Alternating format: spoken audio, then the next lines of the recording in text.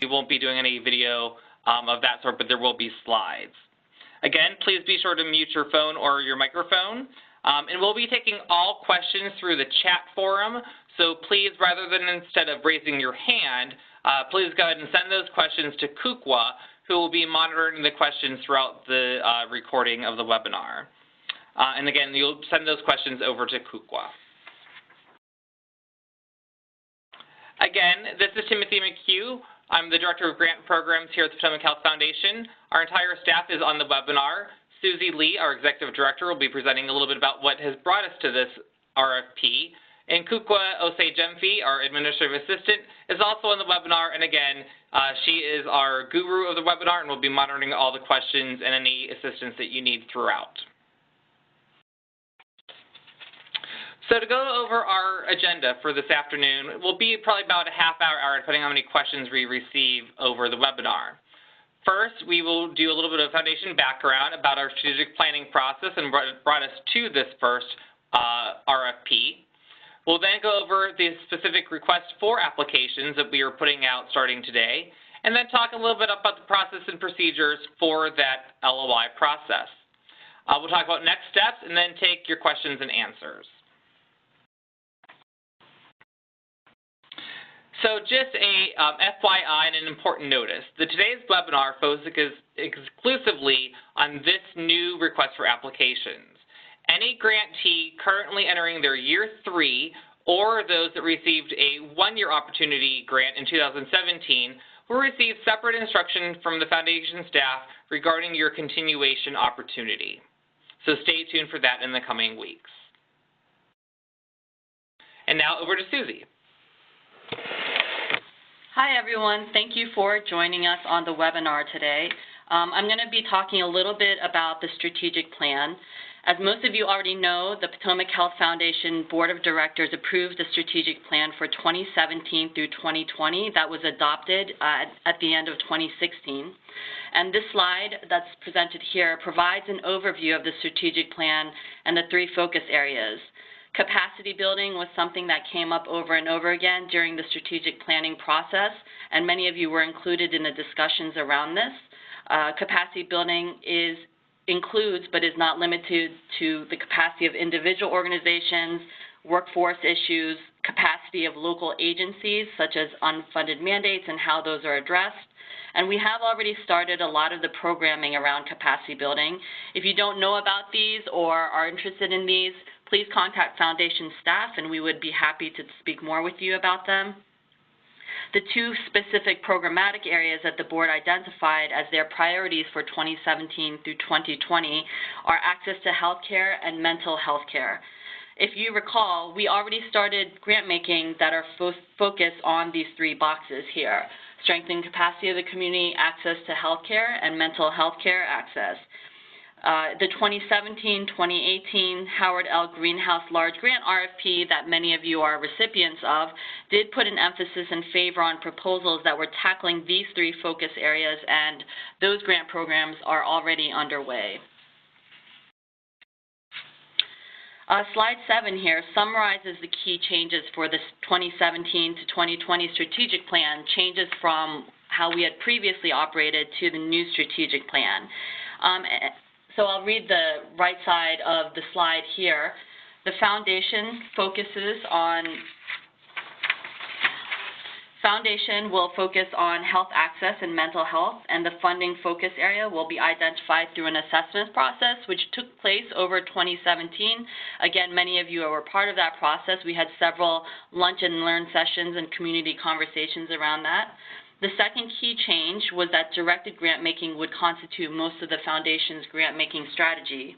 The third major change was that we would be doing capacity building of organizations through a combination of programming and grants. And the fourth major change would be an increase in community convenings, including grantees, potential grantees, businesses, and government leaders at health-focused meetings. So those are the 4 major changes with the strategic plan for 2017 to 2020. In particular, for today's webinar, I wanted to highlight the second point about directed grant making. Historically, as you know, the foundation has primarily been a responsive grant maker, and we've had really broad parameters for our grant making. When the board was going through the strategic planning process, one of the key decisions that the board made was to focus on more specific issues, as you know, specifically access to healthcare and mental health. And they did this in order to invest more and have the ability to drill down deeper to make an impact on these issues. And one of the strategies in doing this, as we were working with our consultant that we retained, and also looking at other foundations around the country and what they were doing, was to move more towards directed grant making. And directed grant making is a bit different from responsive grant making, what we've done in the past. Directed grant making means that the parameters for grant making are more focused and specific. In this case, they are not invitation only. They are open as an open RFP, but we are being more specific and directed and focused and setting those parameters as the funder. And as I alluded to in the previous slide, the 2017 to 2018 large grant RFP, we did start the move in this direction. And then in the discussion today during the webinar, you'll see that we're moving even further toward directed grant making with this RFP. And as the foundation, we understand that this is a big change. We will have ample opportunities for individual discussions and questions and concerns that you might have. And I want to mention again here what Timothy had already spoken about in a previous slide. We are honoring our 3-year commitment for large grants that were awarded before the adoption of the strategic plan, so that is still taking place with agencies being grandfathered. And we will have a mechanism for existing large grants that would fall under the thematic areas of our strategic plan, which will be discussed with you, that fall under this category. So this isn't hopefully a pulling out of the rug under folks, but we are mindful that a move towards directed grant making can be a big change for current grantees.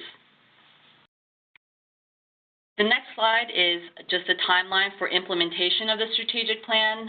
You see in 2017, we had a long assessment period. We already started implementation of many of the ideas, had a number of community conversations. We're in that middle box right now, beginning in 2018, directed grant making. We're offering a number of capacity building trainings and technical assistance for organizations. And in 2019, we'll expand our directed grant making even further. And I'll hand it over back to Timothy now. Thanks, Susie. Today, the Potomac Health Foundation is proud to announce our new request for applications. Approximately $1 million would be available this cycle for projects that focus on mental and behavioral health, including issues around substance abuse and opiates. Grants awarded based on successful performance and reporting will be eligible for continuation of funds in 2019 and 2020, which is the end of the current period covered by the new strategic plan. Specifically, the Foundation is seeking the following types of projects: the hiring of mental health providers, such as child psychiatrists, substance abuse counselors, licensed therapists, counselors trained for homeless populations, and others. Creating a pipeline of providers, such as scholarship opportunities or preceptorships at clinics. The provision of culturally competent and mental behavioral health care. Public outreach and education, such as and around mental health issues, including trauma-informed care. The implementation of evidence-based models, such as but not including trauma-informed care, and group-based services for mental health and substance abuse at safety clinics or other clinical providers. And the implementation of integrated care practices at health safety net clinics or other providers. And community prevention programs. Specifically, the Foundation will consider with special consideration and preference the following types of projects: those that are joint efforts between 2 or more partners, those projects that are structured for the decreased dependence on Foundation funds, which may include the sustainability via Medicaid, billables, or other reimbursements beginning after the initial year of funding, those projects that are evidence-based and culturally competent practices, and those projects that use a racial equity lens in the provision of care and services. So let's talk a little bit about the specifics of this RFA. The grant range is between $25,000 and $250,000. Our preference is to not entertain requests smaller than $25,000. Organizations are limited to submitting one letter of intent for which they are the lead or the host organization. Organizations being utilized as subcontractors providing services to other entities are limited to appear in only one additional project in addition to any LOI that they are submitting as the lead organization. Please consider tipping related to IRS regulations and the Public Security Support Test when determining the amount to request from the Foundation. And please note that we will have future RFAs around access to health or capacity building, and you should consider those in the future for other types of applications when they would be announced. So the process. As usual, we'll have a two-step process. Letters of intent, which will be submitted through Fondant, our grant management software, will be due by 5 p.m. on January 31st. A full proposal, for those that are invited to that step, will be due by 5 p.m. on April 13th and will also be submitted through Fondant. A site visit may be required, and that would occur, if invited to one, between the letter of intent step and the full proposal invitation. Let's talk a little bit about evaluation criteria, which hasn't changed that much from our previous LOI and proposal processes. In addition to the types of mental health projects sought, the Foundation is going to favor those projects that show promise of significant impact in addressing the identified issues, are clearly aligned with the Foundation priorities, and please keep in mind the list of the types of projects that we earlier presented, those that demonstrate sound financial planning, including sustainability, are thoughtfully planned, organized, and ready for implementation, and complement efforts of other organizations and address current and emerging health issues. Specifically, the following evaluation criteria will be considered throughout the due diligence process as the Foundation works to identify the best request to fund: the geographic service area, the alignment with strategic priority areas, the target population and filling of critical needs, the methods and activities in the use of best practices on the project, the appropriateness of the budget request, the organizational ability and capacity to do the work, and that it meets the board-approved grant guidelines. Again, we will still be maintaining our Foundation service area, which is the 14 zip codes listed on the map that you see, which represent Southern Fairfax, Eastern Prince William, and Northern Stafford County. As usual, agencies are not required to be headquartered in the above zip codes and communities, but their work must clearly support and benefit the persons that reside in those communities. So let's talk a little bit about the fine print and those types of costs that are excluded from this RFP.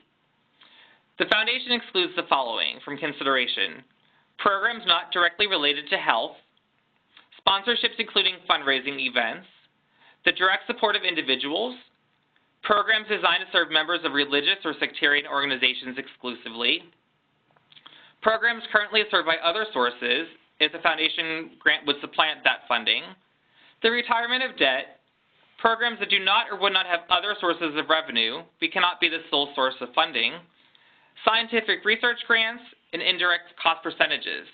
We want to be sure also to have this note and be clear about it, that this specific RFA is not intended to support capital building projects. So, you probably have a lot of questions and are thinking about, what do I do next? The Foundation is going to be holding office hours on January 17th and January 18th.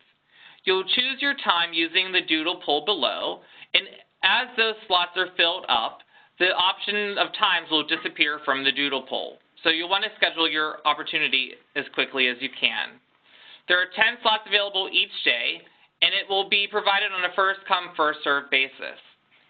Partner agencies that will be presenting a project together are encouraged to schedule those sessions together as to eliminate more than one slot being taken up.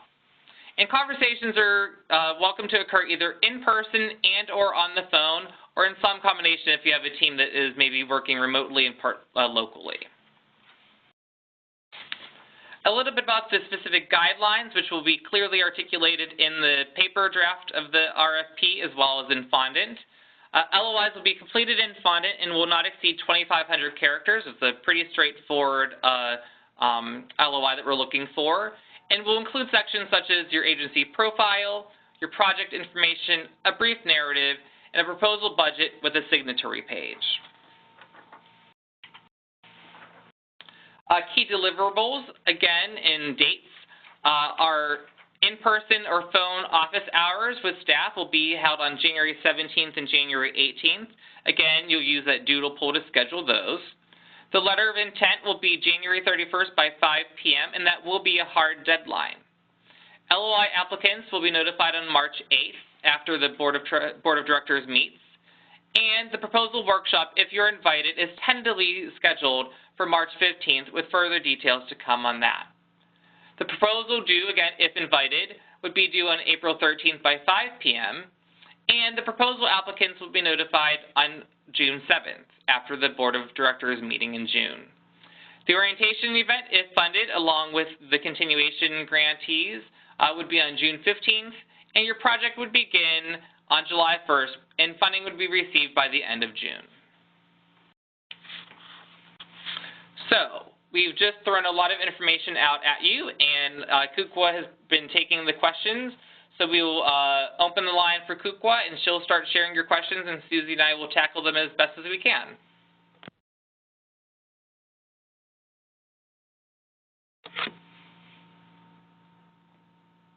Kukwa, did you see any questions in the chat box? We're not seeing any on this end, but I'm not sure if you got any directly. No, I don't have any yet. Hopefully someone will ask something.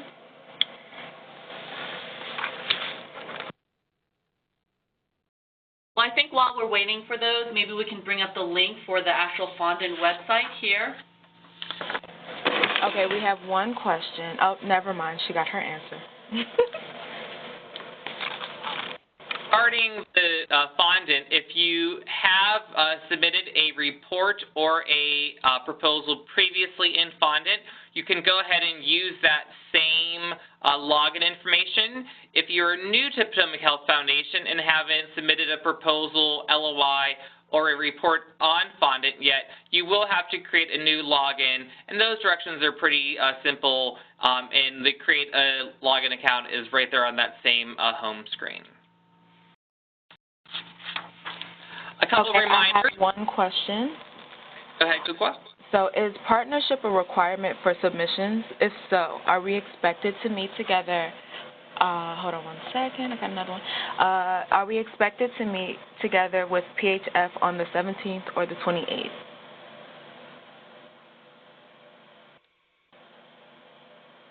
The best answer is that partnerships are not required, but they are preferred for this project. And as we stated in the slide, projects that do have more than one entity will be given preference if the project is worthy and fits the guidelines. Agencies are encouraged to participate and attend those Q&A sessions together with their partners at the table, but also, again, keeping in mind that an agency can be both a lead organization and a partner on an organization. So, for instance, if the Timothy nonprofit is going to be a lead agency, you'd certainly be welcome to have your own 30-minute slot to answer those questions and speak about the Timothy Agency project, as well as you would then be able to attend any 30-minute session that you would be going to along with your partners on a different project that you'd be named in. Susie, anything that you would add to that? Yeah, I mean, I think just recognizing that the timeline is pretty quick, and so understanding that January 17th is around the corner, it is something that is encouraged because we want to see collaboration, but understanding that we understand that there's a time crunch as well. And I think the office hours are really, this is I think the first time we're formally doing this, so it's an opportunity to help folks transition to this concept of directed grant making. This is the most focused RFP that we've put out. We've had some iteration of this even before this strategic plan, but this is really to help facilitate that.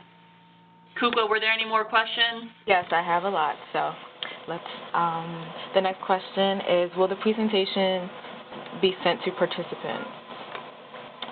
Yes, the webinar is being recorded. That recording will be posted on our website, and the slides will be emailed to registrants following the conclusion of this broadcast. Can an agency submit more than one application if it has more than one health-related program? Agencies are encouraged to submit one LOI, and again, they are able to be named in a partner agency on an additional LOI, but that limit is also one. Do you have examples of past participants somewhere on the internet? Yeah, we have all our past grantees on the internet for past large grant recipients. I think there's also copies of the previous annual reports, and those have the listings of all of our grantees in the past. Is this only available to nonprofits? Yes. Yes.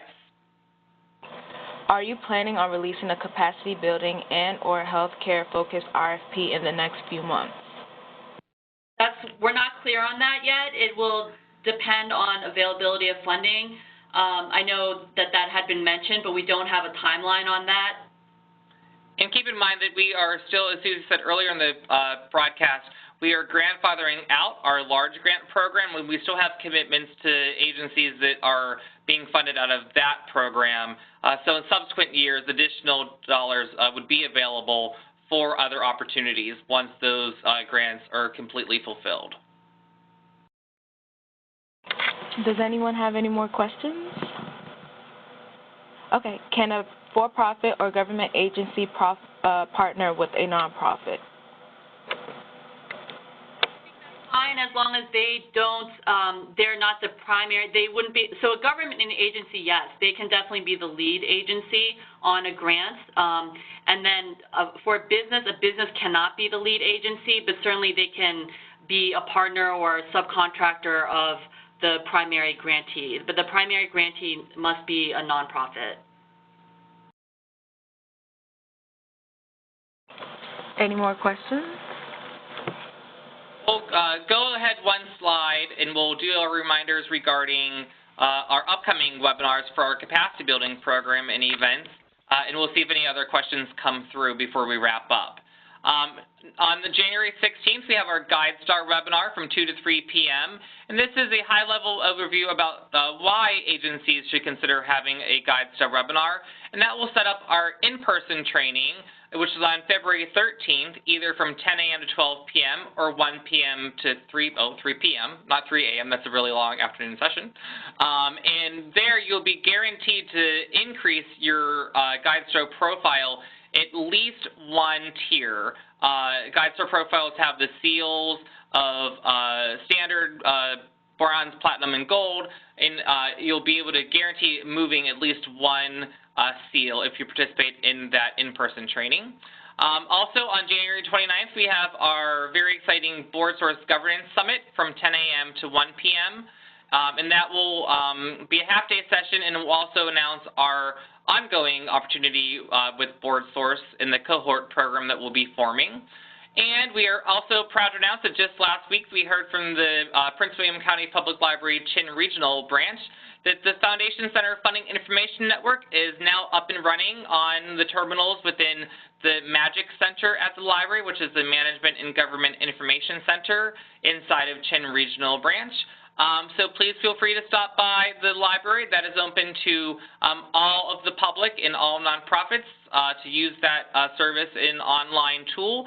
And that is a great resource to help you find new and additional grant funding opportunities and foundations and history about what funders and corporations are doing in the region and along specific topics: mental health, access to health, capacity building, youth, whatever the case may be. Any more questions, Kukwa? No. Just a reminder that the GuideStar and Board Source events are for our current grantees only, but the last Foundation Center Funding Information Network is open to the public, and we just found out about this, so we'll be sending out a press release, and please spread the word around to your counterparts and peers. And there's no cost to participate in any of these capacity building opportunities. They all are sponsored by the Foundation. So with that, if we don't have any additional questions, we thank you for joining us on our first LOI RFP webinar. If you have additional questions, please feel free to send them over to Susie, Kukwa, or myself afterwards, and we look forward to your scheduling of the in-person 30-minute Q&A sessions, and we'll talk to you soon. Again, Happy New Year. Thanks so much.